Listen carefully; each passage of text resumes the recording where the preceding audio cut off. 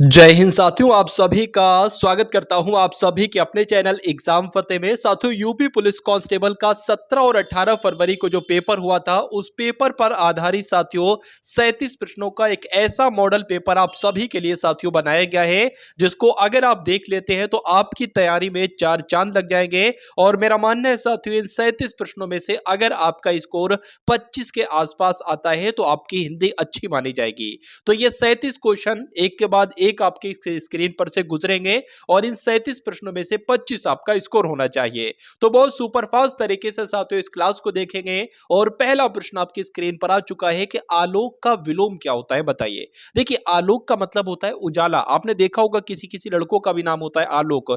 तो आलोक का मतलब होता है उजाला, और उजाले का विलोम हो जाएगा अंधेरा, और अंधेरे को हम लोग साथियों कह सकते हैं अंधकार। तो अगर आपसे पूछा जाए आलोक का विलोम क्या होगा, तो अंधेरा आपको बताना है। अंधेरे का विलोम अगर आपसे पूछा जाए तो आलोक आपको बताना है। उसके बाद देखिए, पेड़ की अगर बात करते हैं ना, पेड़ की, तो पेड़ का साथियों पर्यायवाची क्या होता है, ये आपसे पूछा जा रहा है साथियों, बताइए। देखिए, पेड़ की अगर बात करें, आप सभी लोगों को मालूम होना चाहिए, पादप भी कहते हैं पेड़ को हम लोग द्रुम भी कहते हैं, और पेड़ को विटप भी कहा जाता है साथियों। तो कुल मिला के आप लोग ध्यान रखेंगे, पेड़ के ये तीन पर्यायवाची हो जाएंगे, द्रुम, पादप और विटप। चलिए, अब उसके बाद देखिए अगला प्रश्न आपकी स्क्रीन पर है, देखिए और बताइए सही जवाब आपका क्या हो सकता है, बताइए।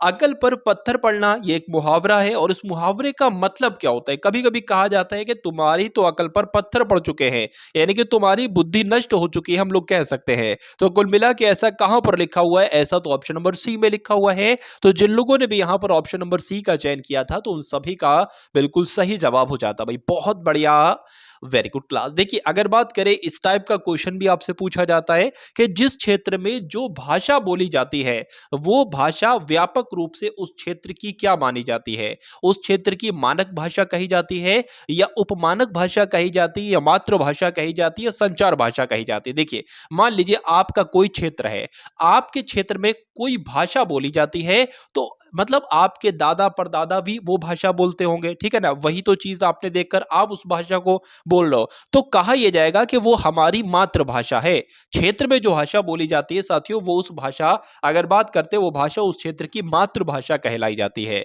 तो जिनका भी आंसर यहां पर ऑप्शन नंबर सी था, तो बिल्कुल करेक्ट था। अब उसके बाद देखिए, अगले नंबर का प्रश्न आपकी स्क्रीन पर है। अगर बात करते हैं साथियों, निम्नोक्त में भाववाचक संज्ञा है, बताइए।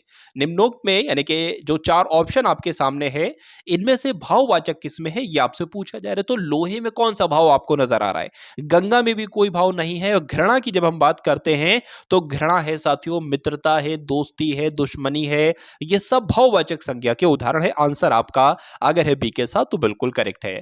पितृकृति की अगर बात करते हैं, तो इसका संधि विच्छेद साथियों क्या होगा, इसका संधि विच्छेद होगा पितृधन आकृति। यहां पर विसर्ग है ना, तो अंत में भी साथियों विसर्ग ही आएगा। आंसर जिनका भी ए है बिल्कुल करेक्ट है। किस विकल्प में मुहावरे का अर्थ सही नहीं है, ये आपको बताना है। देखिए, अगर बात करें, पेट पर लात मारने का मतलब होता है साथियों बुरी तरह पीटना, बिल्कुल कह सकते हैं पेट पर लात मारने का मतलब होता है बुरी तरह पीटना। पहाड़ टूटने का मतलब अतिवृष्टि होता है। तो अतिवृष्टि की अगर बात करें, अति मतलब बहुत ज्यादा, वृष्टि मतलब एक तरीके से बारिश। तो बहुत ज्यादा बारिश होने को क्या हम लोग कहेंगे साथियों, पहाड़ टूटना नहीं। पहाड़ टूटने का मतलब होता है कि बहुत बड़ी मुसीबत सामने आना। तो ये तो मुझे सही नहीं लग रहा है। बगली झांकने का मतलब होता है इधर उधर देखना, बिल्कुल सही। नाक का बाल होने को मतलब होता है अत्यधिक घनिष्ठ या प्रिय व्यक्ति होना, ये बिल्कुल सही हो जाएगा। तो कुल मिला के अगर बात करते हैं, पहाड़ टूटना, अतिवृष्टि होना, यह गलत है। और कैसे गलत है, ये भी मैंने आपको बता दिया। अब उसके बाद देखिए, अगले नंबर का साथियों प्रश्न आपकी स्क्रीन पर है कि आजकल के बच्चे माता पिता की आंखों में धूल झोंकने में कुशल है। ये जो रेखांकित है ना, इसका आपको अर्थ बताना है। क्या रेखांकित है, आंखों में धूल झोंकने, यानी कि आंखों में धूल झोंकने का मतलब आपसे साथियों पूछा जा रहा है। तो मैं कह सकता हूं धोखा देना इस प्रश्न का बिल्कुल सही जवाब हो जाता है। कि जो आजकल के बच्चे ना, वो अपने माँ बाप की आंखों में एक तरीके से धूल झोंक रहे हैं। कह तो रहे हैं कि पढ़ रहे हैं, लेकिन व्हाट्सएप पर चैटिंग कर रहे हैं। कह तो रहे हैं पढ़ रहे हैं, लेकिन यूट्यूब पर कोई ना कोई वेब सीरीज देख रहे हैं, या कोई वीडियोस देख रहे हैं, या मान लीजिए कह सकते हैं मूवी देख रहे हैं। पढ़ नहीं रहे मोबाइल में, कह रहे हैं मोबाइल में क्लास ले रहे हैं, लेकिन मोबाइल में चल रहा है कुछ और, चल रहा है साथियों मूवी। चलिए, 9वें नंबर का प्रश्न आपकी स्क्रीन पर है कि यहां वहां भीतर और बाहर कौन से क्रिया विशेषण है, बताइए।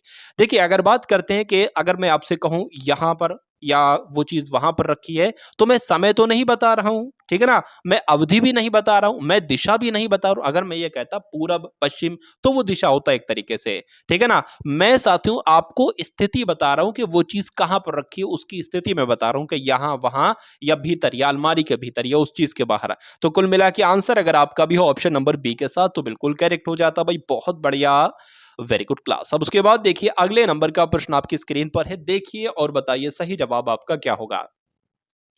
देखिए साथियों, अगर आप यूपी पुलिस कांस्टेबल का एग्जाम पास करना चाहते हैं तो बहुत आसानी तरीके से आप एग्जाम को क्रैक कर सकते हो, क्योंकि मैं आपको साथियों बता देता हूं कि हर एक नौजवान के एक तरीके से समय में एक बार इस वैकेंसी का मौका जरूर आता है। अभी आपकी जीवन में यह मौका आया है कि यूपी पुलिस का कांस्टेबल का आपने फॉर्म भरा है, आप इसकी तैयारी भी कर रहे हो, लेकिन अब ये जब वैकेंसी आएगी दोबारा तो हो सकता हो आपकी उस समय एज ना रहे, क्योंकि पिछले 4 साल बाद वैकेंसी आई है, बहुत सारे लोग ओवर एज हो चुके हैं।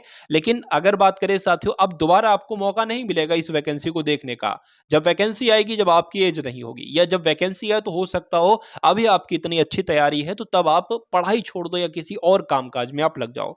तो अभी समय भी है, अभी घर वाले भी समय दे रहे हैं, सब कुछ सही है अभी आप साथियों, और आपको समय भी मिल गया है 4-5 महीने का एग्जाम में, तो आप बहुत बढ़िया तरीके से एग्जाम को क्रैक कर सकते हो। इतनी तैयारी आपके एग्जाम फतेह करवा देगा कि बहुत आराम से आपका साथियों सिलेक्शन हो जाए। तो चैनल पर अगर नए हैं तो चैनल को तुरंत सब्सक्राइब कर लीजिएगा, बेल आइकन पर क्लिक कर लीजिएगा। अगर बात करें साथियों, एक प्लेलिस्ट का लिंक मैं आपको दे रहा हूं, मेरा मानना है कि अगर उस प्लेलिस्ट को आप पूरा देख लेते हैं तो एग्जाम में कोई दुनिया की ऐसी ताकत नहीं कि एग्जाम को क्रैक करने से आपको रोक दे।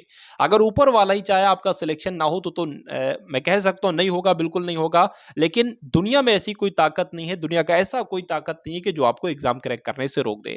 तो उस प्लेलिस्ट को साथियों जाइएगा, देखिएगा बढ़िया तरीके से, इस वीडियो को देखने के बाद उसको जरूर देखिएगा। देखिए निम्नलिखित में से विपरीत यानी कि विलोम आपसे पूछा जा रहा है, कौन सा सही नहीं। तो आदि का विलोम तो अंत होता है, अतिवृष्टि का विलोम अनावृष्टि होता है, आहूत का विलोम अनाहूत होता है, लेकिन अपमान का विलोम साथियों उपमान नहीं होता है। कुल मिला के अपमान का विलोम सम्मान होता है। तो आंसर जिनका भी डी है बिल्कुल करेक्ट है। उसके बाद देखिए निम्नलिखित वाक्य के शुद्ध रूप का चयन कीजिए। इनमें 4 वाक्य आपके सामने है, एक वाक्य की अगर बात करें गलत है, उस गलत का आपको गलत नहीं शुद्ध रूप का चयन करना, एक वाक्य सही है उसको आपको बताना है। 8 बजने को 10 मिनट, तो 8 बजने को 10 मिनट थोड़ी ना कहते हैं, 8 बजने के 10 मिनट ये भी नहीं कहते हैं, 8 बजने में 10 मिनट कहते हैं साथियों। ये आपका कुल मिला के सही हो जाएगा ऑप्शन नंबर सी वाला। पंक्तियों में कौन सा रस है, देखिए पंक्तियों को पढ़िए और पंक्तियां आपको खुद बताएंगी कि मैं कौन सा रस हूं, मेरे में कौन सा रस है। देखिए अगर बात करें, अखिल भुवन चर अचर सब हरिमुख में लखी मातु, चकित भई गदगद वचन विकसित द्रग पुलकातु। पंक्तियां खुद बताएं, पंक्तियों में कोई एक ना एक ऐसा शब्द होगा जो आपको बताएगा कि मुझ में कौन सा रस है। यहां पर एक शब्द मैंने पकड़ लिया है चकित, तो चकित का मतलब क्या होता है। अब चकित से मतलब किसका है, चकित से मतलब है अद्भुत रस का, मतलब एकदम चौंक जाना, एकदम अद्भुत हो जाना एक तरीके से कहेंगे। तो आंसर आपका जाएगा बी के साथ। चिरायु शब्द में उपसर्ग की अगर बात करते हैं तो चिर धन आयु हो जाएगा, आंसर आपका बी के साथ जाएगा। घूमने फिरने वाला साधु, इसके लिए एक शब्द क्या होगा, तो इसको हम लोग कहेंगे परिव्राजक कहेंगे। क्या कहेंगे, परिव्राजक। हम नवीन भारत के सैनिक है, वाक्य में विशेष्य क्या है बताइए। देखिए विशेष्य का मतलब होता है जिसकी तारीफ बताई जा रही है, ठीक है ना। तो भारत की तारीफ बताई जा रही है किस शब्द के द्वारा, नवीन शब्द के द्वारा, नवीन भारत। तो भारत विशेष्य हो जाएगा और नवीन आपका विशेषण हो जाएगा। उसके बाद देखिए जो अपने काम की जिम्मेदारी संभाले उसको क्या कहते हैं, तो उसको तो उत्तरदायी कहा जाता है, आंसर आपका डी के साथ। शुद्ध वाक्य की अगर बात करें तो इसमें से कौन सा शुद्ध वाक्य है, गुरु जी के चरणों में उसने सिर झुकाया, उसने सिर झुकाए तो गलत लग रहा है क्रम, सिर झुकाया उसने ये भी गलत है, उसने गुरु जी के चरणों में सिर झुकाए ये आपका बिल्कुल सही हो जाएगा। गुरु जी चरणों में सिर झुकाया या गुरु जी के चरणों में, ठीक है ना, तो ये क्रम सही नहीं, ये आपका कुल मिला के बिल्कुल सही हो जाएगा, आंसर आपका डी के साथ। तमोगुण की अगर बात करते हैं इसकी संधि विच्छेद क्या होगी, तो तमह धन गुण हो जाएगी, विसर्ग संधि है इसमें। जिस क्रिया के व्यापार का फल कर्ता पर पड़े उसको क्या कहा जाएगा, तो उसको साथियों आकर्मक क्रिया कहा जाएगा। इनमें से किस शब्द में व्यंजन संबंधी अशुद्धि है बताइए। देखिए ये भी अगर बात करें सही है, ये भी सही है, ये भी सही है। वाकीश नहीं होता है साथियों, वागीश होता है। उसके बाद देखिए किस विकल्प में कर्मधारय समास नहीं है, तो महात्मा में भी है, उसके अलावा काला सांप में भी है, नील कमल में भी है, लेकिन गजानन में नहीं है। अगला प्रश्न देखिए, निम्नलिखित में से विशेषण चुनिए। भाई बताइए, थोड़ा की अगर बात करें तो थोड़ा यहां पर क्या हो जाएगा, एक विशेषण हो जाएगा। किसी से कोई संबंध न रखने वाले की अगर बात करें तो लेना एक न देना दो। तो कुल मिला के आंसर जिनका डी बिल्कुल करेक्ट है। अर्धनारीश्वर ये एक उपन्यास है, ये किसके द्वारा लिखित है, तो ये विष्णु प्रभाकर के द्वारा लिखित है। चांद का मुंह टेढ़ा ये किसकी रचना है साथियों, तो ये गजानन माधव मुक्तिबोध जी की रचना है, आपको मालूम होना चाहिए। धाम शब्द के सही अनेकार्थी रूप दिए गए हैं, विकल्पों को छाटिए।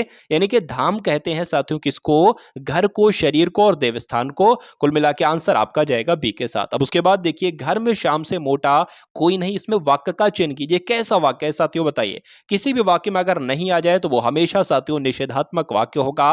अगला प्रश्न देखिए, आपकी स्क्रीन पर है, आपसे पूछा जा रहा है कि अनिर्वचनीय शब्द के लिए वाक्यांश का चयन कीजिए। तो साथियों जो वचन या वाणी द्वारा कहा ना जा सकता हो उसको अनिर्वचनीय कहेंगे। लड़का धन प्लस की अगर बात करते हैं साथियों तो इससे कौन सा शब्द बनेगा, तो इससे तो लड़कपन बनेगा, जिनका भी आंसर सी बिल्कुल करेक्ट है। माता पिता में समास कौन सा होता है, बीच में योजक चिन्ह आ जाए तो वहां पर साथियों द्वंद्व समास हो जाता है। आंसर जिनका भी सी है तो बिल्कुल करेक्ट है। चलिए अब उसके बाद देखिए, इनमें से कौन सी रचना सुमित्रा नंदन पंत की नहीं है, बताइए। तो कौन सी रचना साथियों नहीं है, अगर बात करते हैं साथियों कौन सी रचना सुमित्रा नंदन पंत की है, यह पूछा जा रहा है। तो बूढ़ा चांद साथियों सुमित्रा नंदन पंत की रचना है, आंसर आपका सी के साथ जाएगा। इनमें से शुद्ध वर्तनी को पहचानिए, बताइए। तो ये भी नहीं सही है, ये भी नहीं सही है, ये भी नहीं सही है, ये बिल्कुल सही है। प्रादुर्भाव कैसे लिखा जाता है, जैसे आपका ऑप्शन नंबर सी में लिखा हुआ है। किस विकल्प में बहुव्रीहि समास है, तो बहुव्रीहि समास की अगर बात करें, जो चतुरानंद शब्द है ना, चतुरानंद, इसमें साथियों बहुब्रीहि समास हो जाएगा। उसके बाद देखिए, जिस क्रिया के दो कर्म हो उसको क्या कहा जाता है, तो उसको क्या कहा जाता है, सिंपल सा उसको द्विकर्मक कहा जाता है, जिस क्रिया के दो कर्म हो। अगला देखिए, कौन सा शब्द भाववाचक संज्ञा नहीं, अगर बात करें चढ़ाई में भी भाव है, कढ़ाई में भी भाव है, लड़ाई में भी भाव है, लेकिन जमाई राजा की अगर बात करें तो जमाई में कुल मिला के साथियों भाव नहीं है। नहीं है तो यही आपका बिल्कुल सही जवाब हो जाता है।